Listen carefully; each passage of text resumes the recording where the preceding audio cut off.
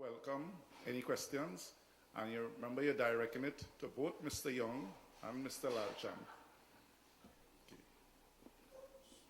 So good morning. My name is Paul Leacock. I am the chairman of the Tunapuna Regional Corporation. My first question is, all the municipalities, we now have an arrangement for what we call a CEO's tender. That's for under 300,000. And we also have a regional tenders committee. That's for amounts less than $1 million, which tends to be the majority of our contracts. How will that be handled? One.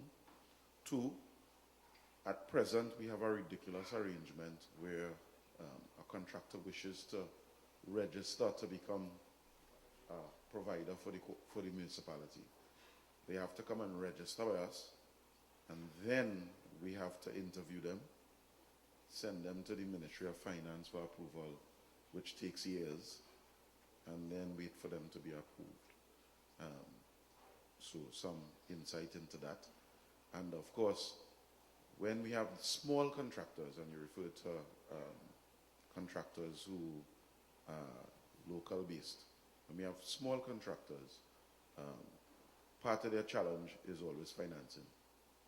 So sometimes they are awarded 2 contracts, they may do one, and then they find that they have to wait for a payment to do the other.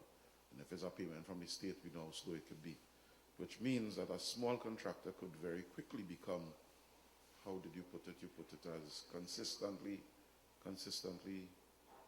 well, use that term. The point is they're consistently not delivering. And then finally, what are the qualifications for the procurement officers? I think we're going to take the questions from Mr. Barrett and Mr. Ramada, and then Mr. Lalcham will answer all. We'll prefer answer one by one. Okay. Sorry? Sure, of course. Deal with these. In terms of your present process, financial delegation of authority, you will have to revisit that with your board and look at, I'll give you an example that was made public actually in the case of TNTech.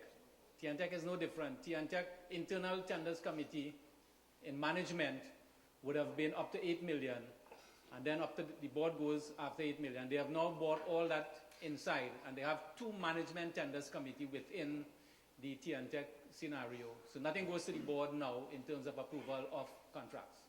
So that's what they did. You'll have to revisit your delegation of authority, and the board will have to approve that in terms of your handbooks and your guidelines. So that's what we're proposing, because the procurement officer is responsible, and under the Exchequer and Audit Act, the accounting officer, who is the CEO of the various institutions, will have to deal with the financial delegations and so on up to the maximum limit. That's our preferred method. The small contractors you mentioned, the issue of pre-qualification would be less rigorous than the high-risk, high-value contractors, the big construction type contractors. So you'll categorize them by like large, medium, small. And for the small contractors, you wouldn't ask them for things like 3 years of audited financial statements and so on, but some comfort from the bank that they will give you a banker's letter of comfort or management accounts and so on. So the different level of pre-qualification, you'll ask for different requirements for the pre-qualification. So that will take care of that. The lower value contractors, the qualification for officers, it depends on your organization. Some organization will have a chief procurement officer, a senior procurement officer, a junior procurement officer, a buyer, at different levels. And each different levels, you will want to have different qualification and experience. And it depends on the size and complexity of your organization, who you will require at what different levels. So you'll have to take that into consideration. We have guidelines for each one of those job specs, and you could contact the office and we'll be able to share that with you. So those were your 4 questions. Mr. Barrett. Thank you, Chairman. Mr. Lalcham, you mentioned that you have investigative powers. Could you let us know whether those investigative powers are retroactive? And if they are, is there a limitation on how far back you can investigate? First question. Second question is, you mentioned that there is a review board, which obviously I assume was one of the amendments made after the original act in Parliament, the original bill. Could you let us know whether the review board reports to your board, or what the reporting hierarchy is with regard to that board? And if it's independent of your functions, will it hamper you in any way in terms of making decisions? And the third question to Mr. Young, you mentioned, Mr. Young, that your company has a return on equity of 22%. Would you care to let us know what the portfolio of investments are that has brought that return of 22%? Because clearly in this climate, 22% is quite significant indeed. Thank you. Just repeat the question on investigation. I think that the full Is context. is it a retroactive? Yeah. Okay, yes. right. And, Yeah. and if there are any limitations on the time that you can go back? All right, so let me take the retroactive limitation. What we did is to take the precaution of seeking senior counsel advice in terms of whether or not we could go back and retroactively investigate. And what we have been advised is the answer is yes. There is a time frame in terms of when the act was passed, when it was partially proclaimed, and from the time it was partially proclaimed to the time that it's fully proclaimed, we can investigate, but not using the act to investigate. Under the procedures that they would have used, so if they would have used the Central Tenders Board procedures, we'll investigate under those procedures. If they use nothing and there is a criminal act that was taking place, whatever law is presently in place to deal with criminal activities, we can charge under those laws. So that's how we were advised in terms of the senior counsel. In the next question, the review board is an independent board that is also appointed by the president, and that review board consists of 3 expertise, one in civil engineering, one in accounting, and it must be chaired by a retired judge. 2 members have already been appointed. We wrote the president in August of last year, requesting an update in terms of when the chairman will be appointed, and we were told that that appointment is imminent. So we are waiting for that appointment. And they would not hinder our work. They don't report to us. In fact, if one of our decisions is challenged, it goes to the review board. If the person is not happy with the decision of the review board, they could take it to the courts and write up the ladder. So it's not going to hinder. We will proceed, and if the decision is not in the liking of someone, they can take it to the review board. So that's how it works. Okay, so is everyone hearing me? Okay, so just to step back a little bit, to offer a solution to Mr. Leacock with the smaller contractors, where their receivables from the entities take a while to be settled. These receivables can always be factored. So the contractors could actually sell their receivables to financial institutions, and that's called receivables factoring or discounting, and that is something that NCB Global Finance does. So perhaps, we could come speak with the contractors, and that gives them the working capital to pursue project 2, 3, 4, gives them that cash injection up front, and the bank sits and waits for payment, because that's what we do. To answer Mr. Barrett's question, the NCB Financial Group, perhaps 5 years ago, made a decision to become a pan-Caribbean group. So while it's domiciled in Jamaica, and we are the #1 commercial bank in Jamaica, we also have a general insurance company, a life insurance company, an investment bank, a stockbroking firm, all based in Jamaica. Less than 2 years ago, we acquired 50.1% of the Clarion Group in Bermuda, which owns the 3rd largest commercial bank in Bermuda, which also has an investment bank. Again, less than 2 years ago, we acquired 29.99% of Guardian Holdings, which is the largest insurance conglomerate in English-speaking Caribbean by gross written premiums. We have an offshore bank in the Cayman Islands. We have a fairly new, a greenfield effort in Barbados, a broker-dealer, which is an investment banking boutique. 5 years ago, we would have acquired a merchant bank in Trinidad, previously known as AIC Finance, which was rebranded into NCB Global Finance. That institution also holds not only an NFI license from the central bank, but also a broker-dealer license from the Trinidad and Tobago Securities and Exchange Commission. So it's a very well-diversified financial conglomerate. It is publicly traded on the Jamaica and Trinidad and Tobago stock exchanges. I believe it was the #1 share on the Trinidad Stock Exchange last year, perhaps close to doubling in value. So to answer your question, it's many different portfolios, operating portfolios, meaning commercial banks, merchant banks, stockbroking firms, investment banks, an offshore bank, general insurance, life insurance, pan-Caribbean wide.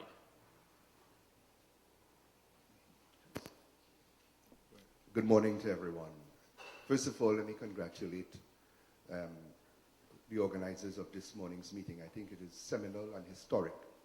When, Chairman, you asked who here believed that we'll be dealing with procurement legislation and we'll actually be seeing it, it was always a dream of most patriots of this nation to dramatically change the context of politics, where it has been inured with the perception, if not the reality, of actual horrible corruption. Your board now takes upon its shoulders an incredible responsibility to restore trust in the democracy itself. And I congratulate you for taking on this very, very difficult task. First question, when is it? Because I've heard great optimism and I've seen the dates February 2019, and therefore, the most significant question I have for you is, what day will procurement legislation be actually effective in terms of actual procurement? One. It'd be useful in that line to tell us also the timelines, because I was very fortunate to have sat on the Joint Select Committee that created procurement legislation, and I'm grateful for the flow, but many citizens are very concerned that the legislation passed in 2015 has not yet been implemented, and a lot of money, state money, has been spent during that period of time. I would also like to hear your view on the issue of government-to-government relations and procurement by government-to-government arrangements. The other point I heard very curiously, you indicated about laying charges. What is your relationship, what is your jurisdiction to actually initiate criminal prosecutions, and your relationship with the DPP's right to initiate and or to stop those? I'm most grateful to you. Thank you very much. Thank you very much, MP. And the last meeting, we continue to hold regular discussions with the Ministry of Finance. The last meeting I had with the Minister of Finance would have been last Tuesday. And he has given us, he would have stated it in the budget speech. That statement that he made in the budget speech was based on our input in terms of giving us our readiness.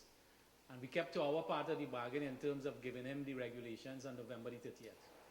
So he's had it since November the 30th, and he has promised that it will be laid in Parliament. He is looking to get input from his legal team before it's taken to Parliament. Once it's taken to Parliament, it's debated. That's the only thing that stands in the way in terms of the critical part for the full proclamation. Everything on our side is in place. So we expect that to be in April. Once we get it through Parliament and go through the process, sometime in April, we'll expect that full proclamation. So that's the timing that we are working with. Under the Act, the government-to-government relationship, it states very clearly that the head agreement holds. However, any procurement activities in terms of government-to-government and multilateral financial institutions, the Procurement Act takes precedence. So, for example, if IADB lends money to the country, under the previous regime, the IADB requirements would have been met. Now it has to follow our act. The IADB has raised it as a matter of concern that may cause some concern to their principles. And we have raised it with the Ministry of Finance, stating that this may be an issue, but we are not going to recommend any change to the Act, because we believe the Act is strong enough to deal with our procurement, and therefore we should follow our act in terms of procurement activities as it relates to government, multilateral lending agencies to government. So that's very clear. The act takes precedent. Our relationship with the DPP, we have already met with the Commissioner of Police in terms of setting certain things in place in respect of investigations and so on. We have a meeting set up with the DPP in terms of what the relationship would be, because once we complete the investigation and there is cause for a charge to be laid, we go through due process, but it has to be handed over to the DPP for prosecution. And that is an area of concern that has been raised on several forums, whether or not it will just stop and not go through the process and so on. That's something, when we cross that bridge, when we come to that bridge, we'll cross it, but public pressure, people in this room, and the general public at large will have a big part to play in terms of ensuring that what is required gets done. Otherwise, we'll go back into the good old days. And let me stop here to also state that I know only the MP may have put up his hand on one person in the back there, but if we have to change the dynamics in this country, OPR board alone would not do it. And every member that we have come into contact with has to stand up and stand up for what is right. Think about the legacy that you are leaving for your children and your grandchildren in the future. If you don't change it now, this gift, we have to take advantage of it. And if we don't do it now, God alone knows when we'll get another opportunity to do it. So I just want to plug that there and make sure that we understand the importance of our role in getting this right at this stage of our development as a country. The timeline for?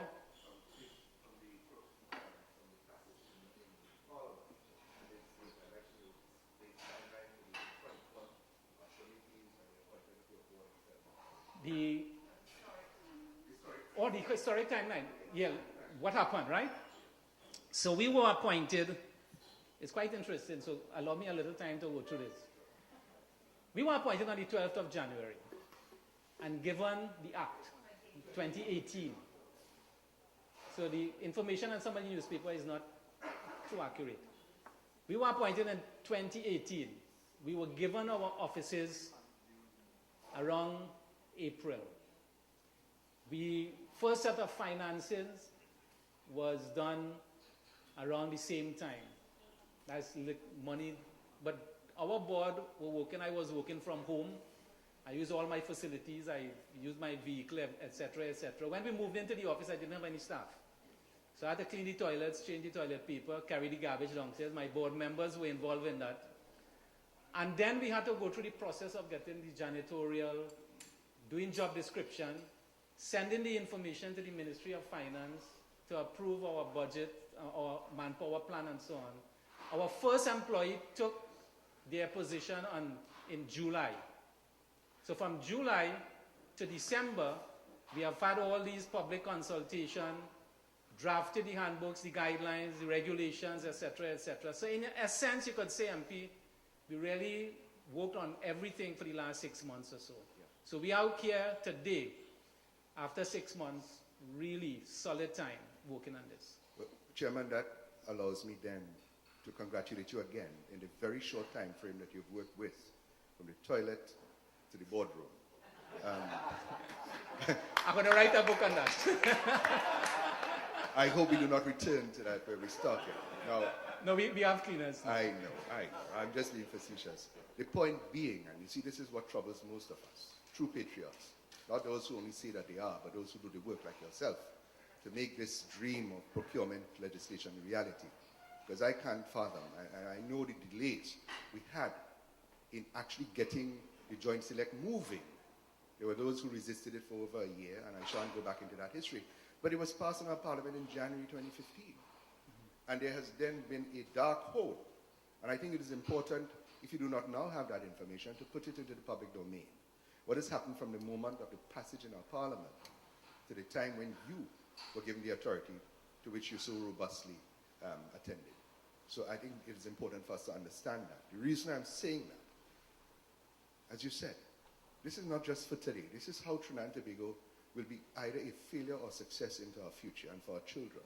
A restoration of the belief in democracy where leaders in our country, and I'm part of the politics, are seen more as corrupt and self-serving rather than in the interest of the people.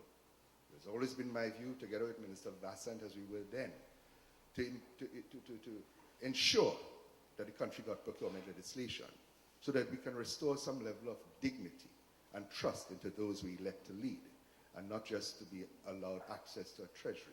So, and that is why, you know, at this dark hole, we are now 2019. 4 full years after the passage in the Parliament, we are at a point where we can hope by April we will have it right. So if you don't have the information today, I appreciate that, but I think it's important for us to put that in the public domain. I'm very grateful. Thank you very much. We'll take that advice. Public advisory number 7. Yes, those timelines are very important. Next. Hey, good morning all. Anthony Batu. Mr. Lalchon, you spoke in your presentation with regards to registering contractors and service providers on your list. You also spoke about the fact that that public companies could inform you of the fact that service providers and contractors could be stricken from that list. Correct? That's right. In terms of and I think a lot of people here could attest, but in terms, on the other side of the coin now, in terms of when you have service providers, like for example, there's a lot of instances where service providers are owed sums of monies within a long period of time. And how is the procurement agency, your agency, meeting and treating with that? Because on one side, we're penalizing the service provider, the contractors, for not performing or whatever that puts them on that list. And then the other side, in terms of the client or the public companies or whoever, are not being penalized for not meeting their commitments as far as ensuring that they pay their bills on time or paying their service providers and stuff like that. So I'd really like to know what's your agency take on that. All right, let me just answer the delisting question first, and then I'll deal with the issue of financing and so on. The delisting question is that once a recommendation comes to the board, to our board, we are in the process of setting up a subcommittee. We have set up one subcommittee so far to deal with the disposal of public property, because we thought that that was a very important committee to deal with, because we have a number of issues present in the public domain in terms of public disposal, whether it's Petrotrin refinery, etc., etc. So that committee we have already put in place. The committee for reviewing the delisting, and we have a lot of details in the regulation that deals with the process to be followed in the delisting. So that will go through a due process before we delist someone, including investigations and hearings and so on. So that's the process we have put in place. So nobody is just going to say that we delist and we just go and cross them off. It's not going to be like that. And then they also have a review process. They could take it to the review board to review our decision. In terms of the financing, we have had that complaint on several occasions. In the handbooks and guidelines, we have specifically stated, and we have gotten pushback on it, so it's not going to be an easy passage.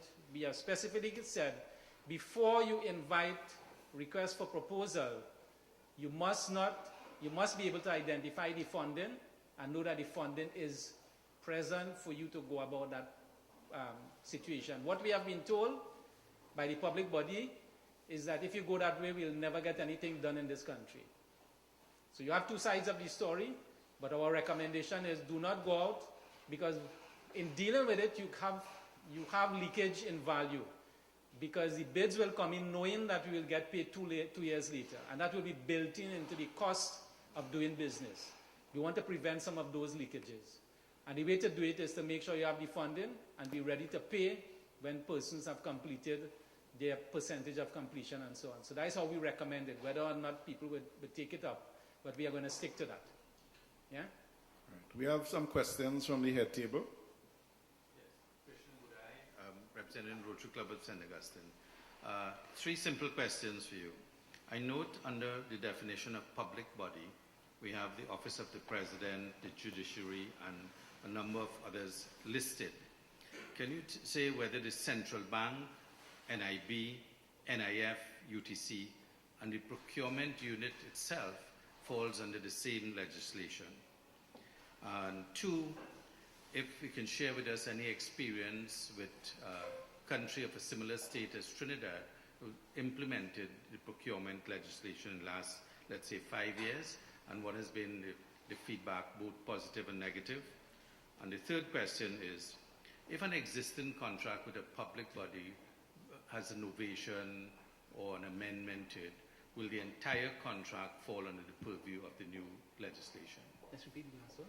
If an existing contract with a public body has a novation or a supplemental agreement, right, will the entire contract now fall under the purview of the new legislation?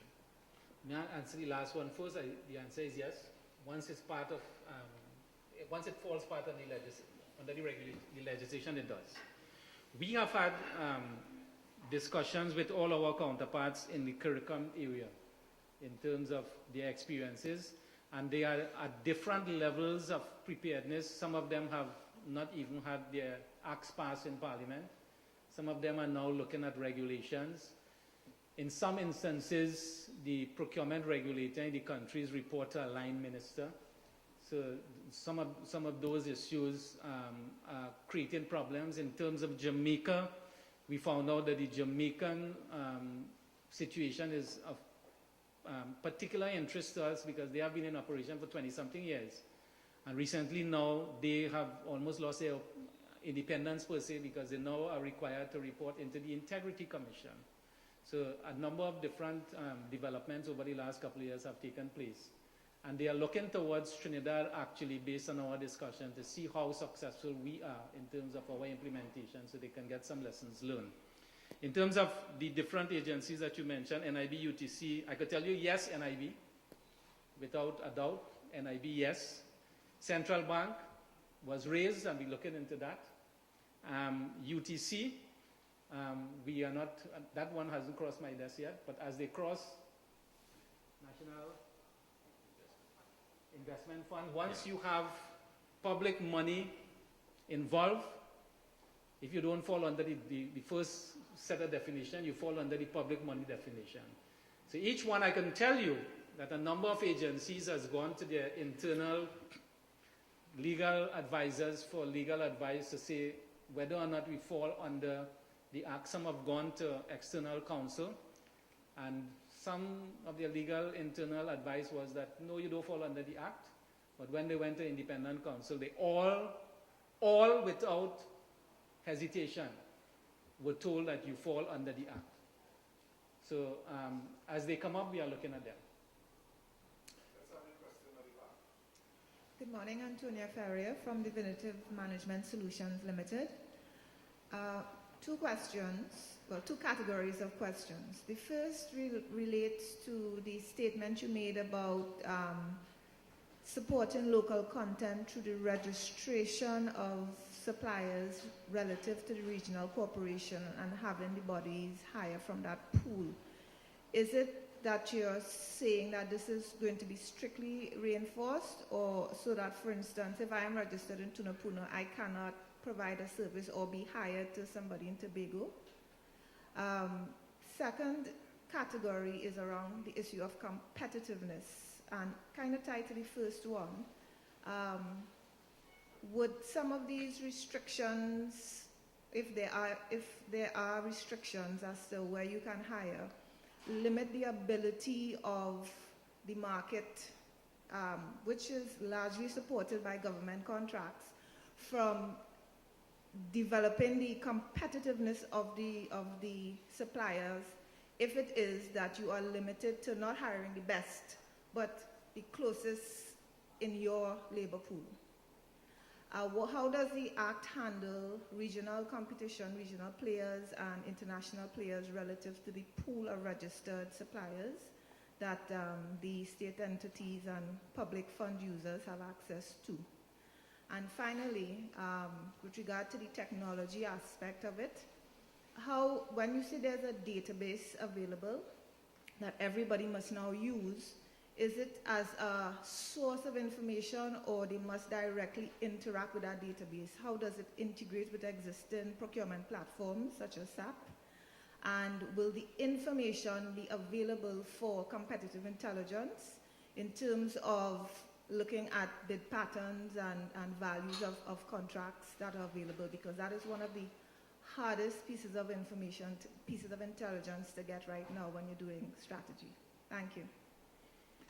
All right, let me just deal with local content from two perspectives. One, local content as it relates to international competition also. Under the regulations, we have put terms in there to all things being equal, and you have international bidders and local bidders. Local bidders should get preference up to a certain percentage. So the regulations will deal with that. In terms of how you score local content, we have met with the local content chamber and also the energy chamber that has developed some matrix to be used to score local content. They have a 22-point matrix that they have developed that we propose to add to our handbooks and guidelines as to how you measure local content. It's a nice statement in the Act about local content, but how you measure it is going to be a challenge. And that is going to be up for debate and so on. So we are trying to get a tool to measure local content. In terms of the competitiveness, we are suggesting that you look first of all internal to your geographic location to identify the contractors, and these are mainly for low risk, low value, because the big contractors like road building contractors and so on, there is only a limited pool and they would not be in the regional corporations. So what we are suggesting is that even though you don't have some of these local contractors, you try to work together with them to help develop their capacity. We even went so far as looking at, the Ministry of Health had this program that for contractors up to, I think it's $5 million. I forgot what is the name of it. But you registered with the Ministry of Local Labor, the Fair Share program. And we are trying to incorporate the Fair Share program into the local content development. However, we were told to hold back on it because they are revising that program. That will be a good source of local capacity to put into the database. But we encourage people to go into your local community and get these contractors and assist them. Where you don't have it, then you go to the neighboring communities. And if you have, like, say, 4 or 5 contractors who could satisfy the requirement, there is no reason why you should go outside.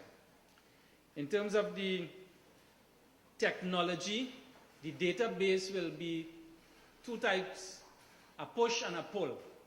So you can put information. Every single public body will be given one unique identification number, and every pre-qualified contractor will be given one unique number. So we can look at information as to which public body is favoring which contractor and the value of the information.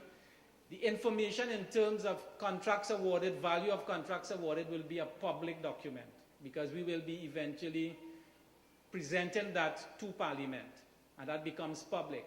So you can get certain information. The information we will not make public is like people's financial statements and so on. So that will be held in a different area in the database. But you will be able, you spoke about the interface. At present, it's going to be difficult to build an interface between, let's say, a SAP or a Ariba into the database. So what we are suggesting is that you do a flat file from your database into our database and you upload. The day is coming when we'll have one platform that you can use for public procurement across all public bodies. And then the database would be common to both. So in the meantime, it has to be through an upload. A number of agencies don't even have an online system, so they'll have to upload it online. But you don't go through a flat file in that case. You log into the database, you put in your information, And then you will be able to extract the information over a period of time if you so desire to find your annual information. We will also be giving that user access to the chief accounting officers, so they can go in. If a minister wants to find out what's taking place, in all the ministries they could go in. We'll have a business intelligence tool sitting on, in fact we have already identified the business intelligence tool, sitting on the database. You could extract data, do your graphics and all these different things. So all that is part of the process. So that's the technology, sources of integration. In terms of the competitiveness, that information will be made public. Yeah? So I think I answered all your questions. Yeah. Next question. Yes, good morning. I'm Royce Russell. I'm 11 years retiree and a concerned citizen. As the MP said, since 2015, this law was passed. The board was appointed over a year now. But my question is, I have been reading a lot about the two boats the Prime Minister bought on a fly in Australia. Now, this causing a lot of debate in the country. Even a citizen take this to Australia to get some information about these two boats. Now your board is over a year old now and still waiting to be fully implemented.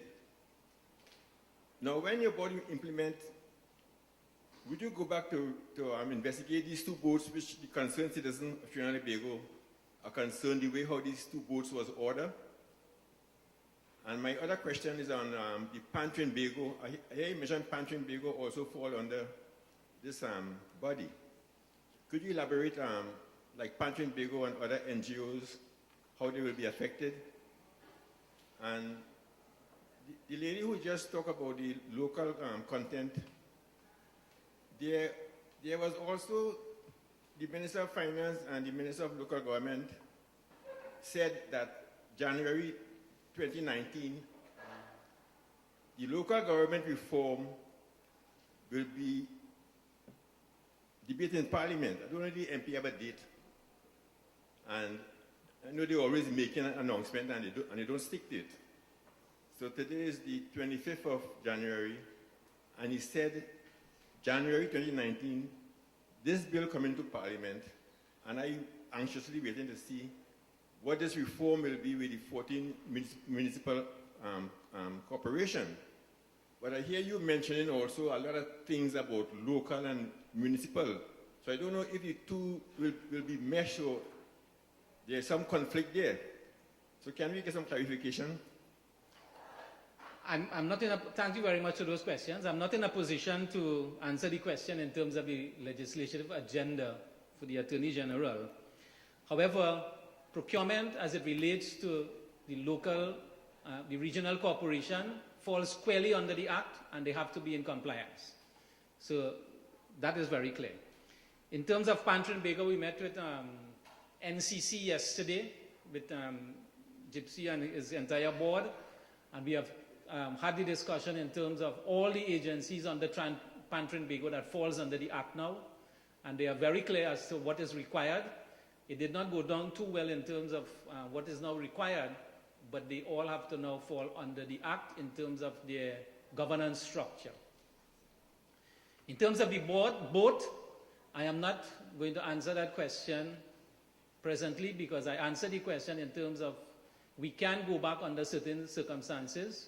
I do not want to prejudice our position as it relates to any possible future investigations and how they may arise. I want to hold on that particular question. Unfortunately, we may or may not, so I cannot discuss that at this stage.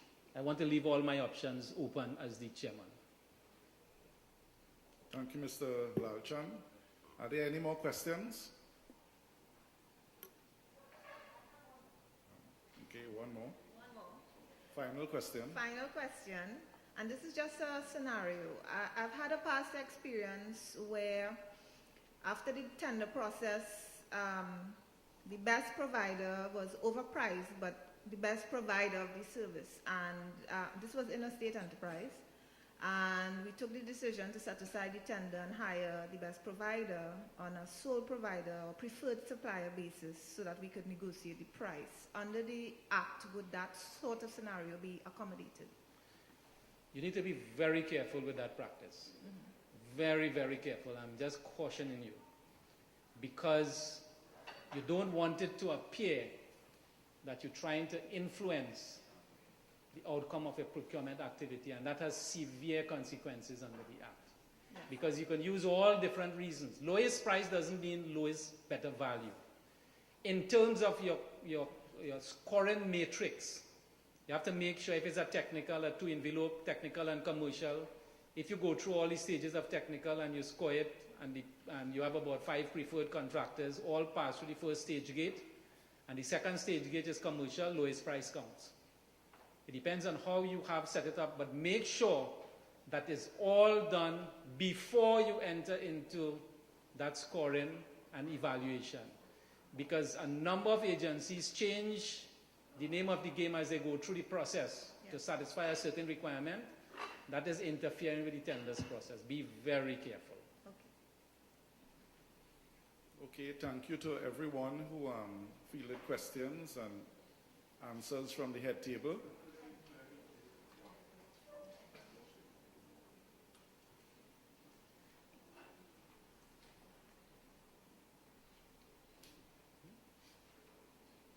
Do forgive me, but it just struck me as being very important. I also sat on the National Security Council, and within national security, there are, what shall I say, matters of confidentiality and so, and the procurement process could be a little bit different. What is your view as to whether your legislation covers all of procurement under national security? In terms of national security, there are provisions under the Act not to, in every agency, public body is required to disclose to the public your procurement plan 6 weeks after the reading of the national budget. We do not expect national security to publish its full plan because that will compromise the national security. So we have agreed that we can investigate the procurement activities, but cannot publish certain confidential information or national security information. It doesn't prevent us from investigating, but in terms of the publication of certain information, it has to be held in a certain area. And that was very clear in the national security part of the Act. The other question that came up is in terms of confidentiality as it relates to certain commercial information, and we will treat those cases on a case-by-case basis. But national security was specially mentioned in the Act.